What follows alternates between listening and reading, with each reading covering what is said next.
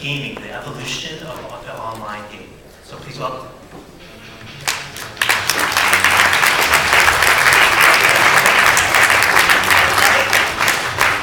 Great to see you all.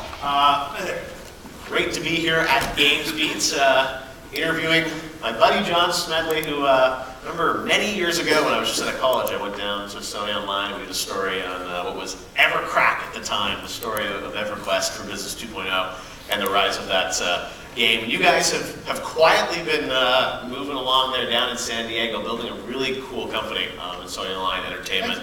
And today we're going to talk about sort of, I think, really the evolution of that company and how you guys have evolved from EverQuest, which was a big phenomenon in the MMO space. I guess it was late 90, early it was 98, 99? It was March 16th of 1999. That's when we launched EverQuest.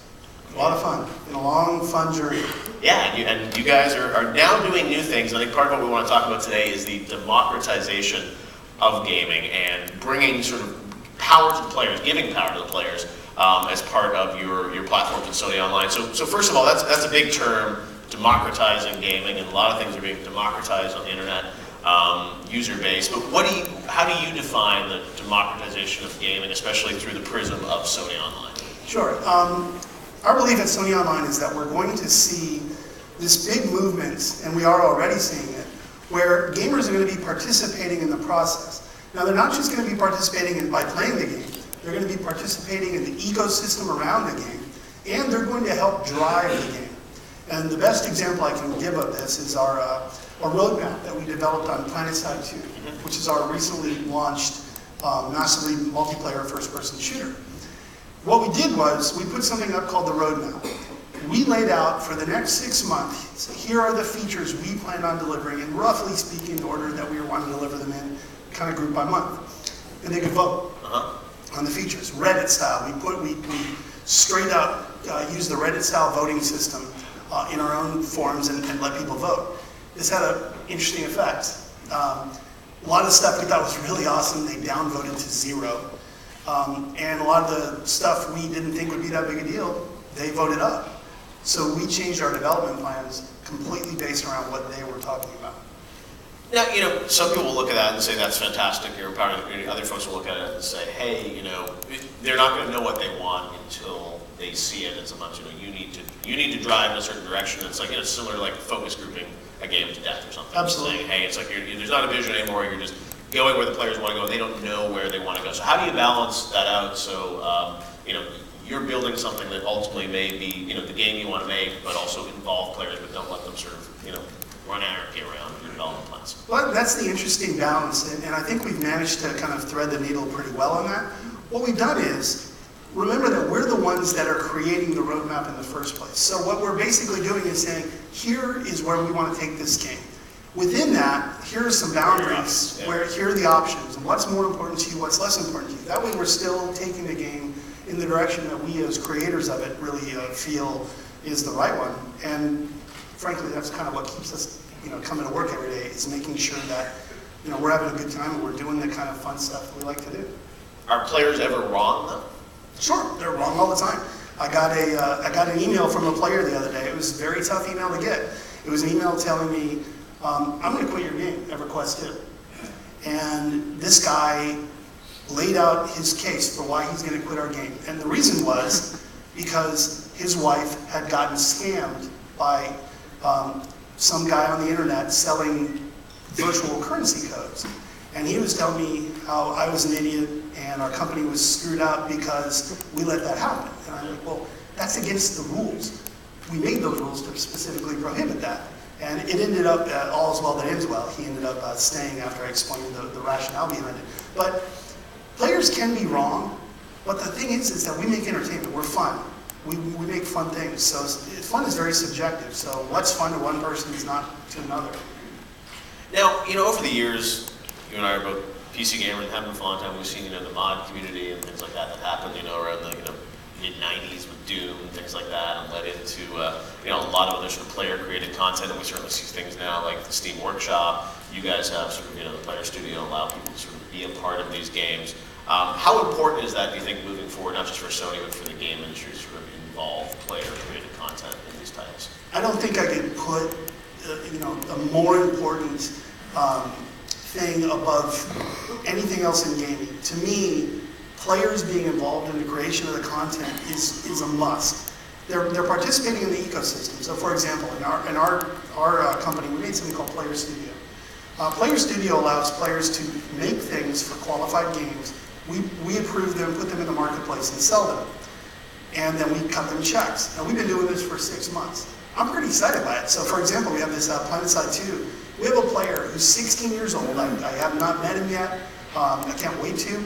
He does not even know that he's about to get an $8,000 check from us. 16-year-old kid. What were you guys doing when you were 16? I was mowing lawns and chasing girls, right? This kid made textures for PlanetSide 2, and just a simple act like that, he's going to be getting this check. His mom knows, he doesn't get it, so that's going to be pretty cool. That's powerful. That when players can participate in the very thing they love, I can't think of anything that's better. But there's a more solid reason for needing this. In online gaming, we have a really simple problem that we face. It's called content eating. What that means is that when EverQuest launched in '99, there was no Thoughtbot, there were some crude websites, but what there wasn't was a simple place to find every single piece of information about that game. Right. Our belief is that we cannot stay ahead of the content curve for the players, and people that chase that are crazy. If you look at WoW, WoW's had 9 years to run. Who's going to go up against 9 years of content? EverQuest has had 14 years of running. How are we going to go up against that kind of content? We need the players' help. If they can help us make cool new things and we can put them into the game, that helps us stay ahead. It makes the other players happy. It's a win-win, and they make money from it. So you've got, that's typically happened, I think, a lot on the PC side of the business. What about the console side? Are you guys going to have things like a Absolutely. Player Studio on console? Player Studio is actually coming in. We're a launch title with DC Universe Online on the PlayStation 4. And that title won't have Player Studio on it. It's Warner Brothers property. It's kind of hard to do that with licensed titles. Can you imagine if we'd done that with Star Wars and the kind of user submissions we get for Star Wars? Right. I think it'd be pretty cool if you ask me, but we wouldn't be able to do it. But in this, for PlanetSide 2, which is coming to the PlayStation 4 in early next year, we actually have Player Studio built in. So console players for the first time are going to be able to participate in making money back. They'll be able to sell stuff on PlayStation 4. Absolutely. And build the economy. Absolutely. Wow, very interesting. So, that idea of players creating content, you're sort of taking that to the next level with EverQuest Next, which you guys have announced last year and been talking about it. And also there's something tied to that with Landmark. Can you sort of explain how you're now sort of actually bringing players in, not to sort of create content to augment an already completed game, but actually bring them in as part of the development process? It's kind of cool. We EverQuest Next, we threw away the game twice before. We were making Me Too, WoW clones, EQ2 clones. We were making the same game that's been made for 10 years. Yep. We'd kind of had enough of it. It was boring to us. Forget the players, we were bored with it. So we wanted to invent something new. So we did. We made this amazing game where the entire world is destructible, it's all editable, it's all voxel-based. And what we're doing is, as we started to build the tools for this, we're like, wait a minute, this is too much fun. We're having a good time making stuff, and we're not even at the content part of the game. Right. So we decided to separate it. So EverQuest Next Landmark is actually its own unique snowflake. It's about building, it's about adventuring, it's about finding resources. It's a social building MMO. We're still making EverQuest Next, which is coming out in the future here, not too distant future, but the players now are going to get to participate in Landmark. And stuff they make in Landmark, if it's approved, because we want to make sure the theme is kept. We don't want the Starship Enterprise finding its way into EverQuest. If it's approved, they're going to literally be able to take the things they make in Landmark and actually bring them over to EverQuest Next. Can you imagine how powerful it is when you make your own castle and it's in the game on day one? Our hope is that players never want to leave. Well, I saw you go to this website, if you guys are interested in this, you should check it out, and you can literally upload 3D geometry and stuff like OBJ files and things like that. So people, what's the part you upload things and then you guys look at it and say, hey, we might use this again? Yeah, they upload it. We review it, make sure that the content is good.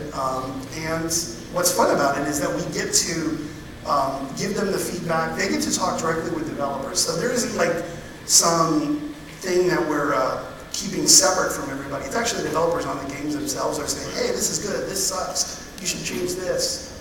This would make it feel more like... There's a dialogue that sort of happens. Absolutely. Okay. It's a lot of fun. Well, I think, for people that want to break into the industry, I always remember when I first started covering the business, a lot of the developers I met were folks from the mod community that were getting hired into these developers. So I'm sure it's a great way for you. Have you found employees or potential employees through this? I imagine you have. We have. And in fact, right, at the W Hotel in San Francisco, there's a demo going on right now from one of the guys that we found this way. He turned out to be one of the most brilliant builders that I've ever seen. And our tech is pretty cool, but what really makes it neat is when the players make fun stuff with it. So, players are submitting stuff to Landmark, that little period, EverQuest Next. How do you still sort of surprise players that want to, have a game experience and, are you spoiling the game for them because they're sort of contributing content to it and they're dialogue with the developers, or are there things that you wall off and say like, hey, we're actually going to create this part of the game, this area, we're not going to involve players? So that's the difference between EverQuest Next and Landmark. EverQuest Next Landmark is all about the players. It's all about them building amazing things and participating with each other. EverQuest Next is a more traditional virtual world where we've built it and we've gotten help from the players, but we're not getting help on things like lore or any of the quests or the fun stuff that players want to experience. We don't want to show the whole book to them so that they know every piece of the story. That wouldn't be any fun. And let's talk a bit about sort of the business model for this stuff. And you say, players are obviously contributing, they're making money back. But are you still a believer in the idea of subscriptions or free to play, or how do you imagine these games sort of to roll out to consumers that just want to consume them? Because as we know on the internet, there's a certain number of people that just want to play games, they don't want to create content for them. So our goal with EverQuest Next and Landmark is to have the business model be as invisible to the players as they can. We've been operating free-to-play games for a long time now. What we find is that we don't want things that are in their face. We don't want anything that's pay to win. That's not, it's not us as gamers, so we don't want to be that way as game makers either. But what we do is we're focused on making sure that all the stuff that the players are engaged in is kind of in a way, it's all, I would say, appropriate. We make sure that everything they're getting is, it's the way we want it. Right. And it's their creation, but it's the way we want it. So we kind of want to keep the reins on that. So, but if I'm contributing content to this as a gamer, I say, well, what am I getting back? I'm going to make some money off it if people buy it in the game. But am I going to pay to play this game, or is it if I want to buy other players' creations? How does that So we have all kinds of ways that players can spend money. They get a free plot of land when they come in, and if you want to get a bigger plot, that'll cost money. Kind of all the traditional trappings of free-to-play games. Right. But with a focus on, and this is a key differentiator, SOE is no longer interested in separating players by content with free-to-play. It's a huge mistake to do that. Because, let me give you a great example. If this was a free-to-play game, you don't want to sell levels. Why? Because instantly your user base is separated by the haves and the have-nots. And you have a bunch of people that are in one. You see this in shooters today. If you play Call of Duty and you don't have the expansion pack and your buddy does, you're screwed. You can't play it on that map. You guys have to play with something else. We don't want that. We're going to be doing it by features. And I think that's going to help a lot. So do it by features and obviously involve players in the creation from the get-go, which I think is a big opportunity, which we're seeing kind of across the board. But from a business perspective with SOE, do you see this idea, is this going to bleed into, you've got PlanetSide, I'm sure you guys are working on other things. Is this sort of the new path forward for all your games, or is this unique just to EverQuest? It is. It's the path forward for all our games. We're big believers in this democratization thing. You're seeing, this is a time in gaming in general when there are no more rules. Traditional journalism has been, in a very large way, still a part of it, but you've now got Reddit. Yeah. And I don't know about you guys, but when I want to buy a new game or when I want to find out about something, I go and I read. Yeah. So we're going to have on our own site, we're going to have reviews of all the items. It's very similar to Amazon in that just because we're selling it doesn't mean that every player will want it. So we want to make sure that they're able to review the stuff, and if they hate an item and everybody votes it down to 1 star, then other people won't buy it. To me, that's the way it should be. Now, another part of sort of this player-created content is eSports. I know you guys are doing a bit of that with PlanetSide, looking at that. Tell me about sort of that revolution, because I mean, we see, you know, the League of Legends finals, the Staples Center. I mean, it's amazing the number of people who watch people play games. I'm curious your thoughts on eSports. So I love watching Real Sports on HBO. Yeah. I don't know if you guys have seen it. They had a piece on that. And, you know, we've hit the big time if we're on the Real Sports, I guess. I don't know. To me, esports it's just a prime example of how fast the world is moving. We're with PlanetSide 2. We're making an esports mode. And we're partnered with the MLG, and this largely came out of simply a love. All of us at SOE, or a lot of us, I should say, watch Twitch every night. Watch Dota 2. I play a lot of Dota 2. Watch League of Legends. These are the kind of things that the users are now able to watch. You know, the pros play, and it gets them excited. It gets them to want to go to it. When you see the numbers that are coming out of these broadcasts, it's astounding. Yeah. And it's hitting mainstream. Well, mainstream for geeks, right? My wife is never going to give a crap about any of this. She's never going to watch an esports event with me. You know, I'm working on it. But I mean, and you can watch it on your computer now. I mean, a great resolution. Actually, it's even better. Throw it up on the TV. You know, that's the best thing. I can't wait till the Apple TV has a Twitch mode built into it. Right. That's gonna be awesome. So, how is it going to affect how you build games moving forward? Like, you know, PlanetSide, I assume, is again, you know, the franchise you want to continue, and then that MMO shooter. Yeah. So you know, we've got other things other than PlanetSide in the shooter bucket that we're making, and esports is a very heavy part of that. Of what we're doing there. Esports isn't a one-size-fits-all thing, right? So PlanetSide is a very unique game. Very few games have 2,000 players in them fighting, and PlanetSide is that kind of game. So we have to make more of a viewing experience than normal esports. It's more like if you watch golf. You know, it's more like that, where people that are excited about it will watch it. Yeah. And our belief is that if you can make what you're viewing fun, that's the most important thing. The actual participants, if you think about it, it's in League of Legends and Dota 2, it's 5-on-5. Not a lot of people get to experience it. What's fun about it? The viewing experience, the excitement of that. So that's what we want to recreate. So you've obviously got, you know, a very clear view on what this democratization of games means. We got these new consoles coming out this holiday season. Yes. A lot of debate and discussion about kind of where the business is going. Do you think the rest of the industry, you obviously have this view very strongly. Is the rest of the industry, do you think, should it come along, or what's your message to sort of the console companies and the other developers out here about this opportunity? So we're a Sony company, so I'm fortunate enough to get to see the inside workings and the behind-the-scenes stuff. And I can say Sony gets it. This isn't, you know, me being a shill for Sony here. I'm just telling you what I see. They get it. Free-to-play games are going to be a big part of what the PlayStation 4 is. And to me, it's a hugely empowering thing, because PCs and consoles are getting closer. I don't know if you guys have been paying attention to this, but watch something very interesting. Very recently, the folks at Activision announced that Call of Duty on the PC is going to require 64-bit OS.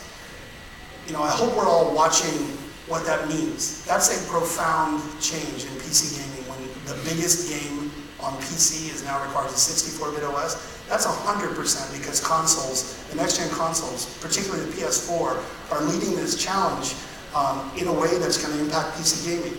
The same is going to be true for the things that are democratic about the PC space. You're seeing more and more of that come over to the PlayStation space. Yeah. And hopefully, I mean, content, I assume, will then be able to be shared between these platforms. And that's the exciting future that I think we have. Awesome. All right. Well, we're looking forward to seeing what SOE has in store in the years to come. Thanks for taking the time, John. Thank you. Appreciate it. Thanks, everybody.